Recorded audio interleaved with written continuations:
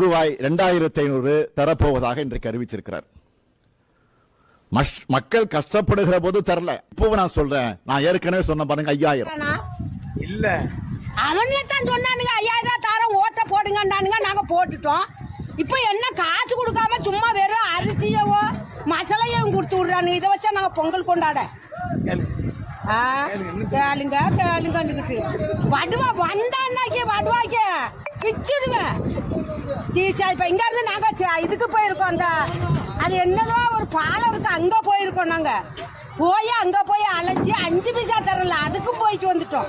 இவனுக்கு நாங்க ஓட்டு போடணும். வந்தான்னா தெருவுக்கு நேரம் ஓட்ட கிடையாது அவனுக்கு. கடுமையா விமர்சிட்டே இருக்கீங்க, பெரியார கடுமையா விமர்சிட்டே இருக்கீங்க. தமிழை படிக்காதேன்னு சொன்னாரு. தமிழுடைய எழுத்துக்கள் காட்டு மிராண்டி கால எழுத்துக்கள், அதை தூக்கி போடுங்கிறாரு. ஆங்கிலம் படினாரு. அவரே சொல்றாரு, மொழி போராட்டத்தில் நான் ஈடுபட்டதற்கு காரணம் தமிழை காக்க அல்ல, தமிழை பாதுகாக்கணுங்கிறதுக்கான மொழி போராட்டத்துக்கு இல்ல, ஆங்கிலம் அந்த இடத்தில் வர வேண்டும் என்பதற்காக அவர் பதிவு பண்றாரு. நீங்க இன்னைக்கு வரைக்கும் தூக்கிட்டு வந்து மொழி போராட்டத்துக்கு கலந்துக்கிட்டாருங்கிறீங்க.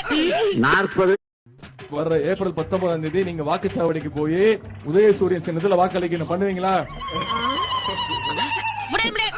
40க்கு 40 எங்க சொல்லுங்க.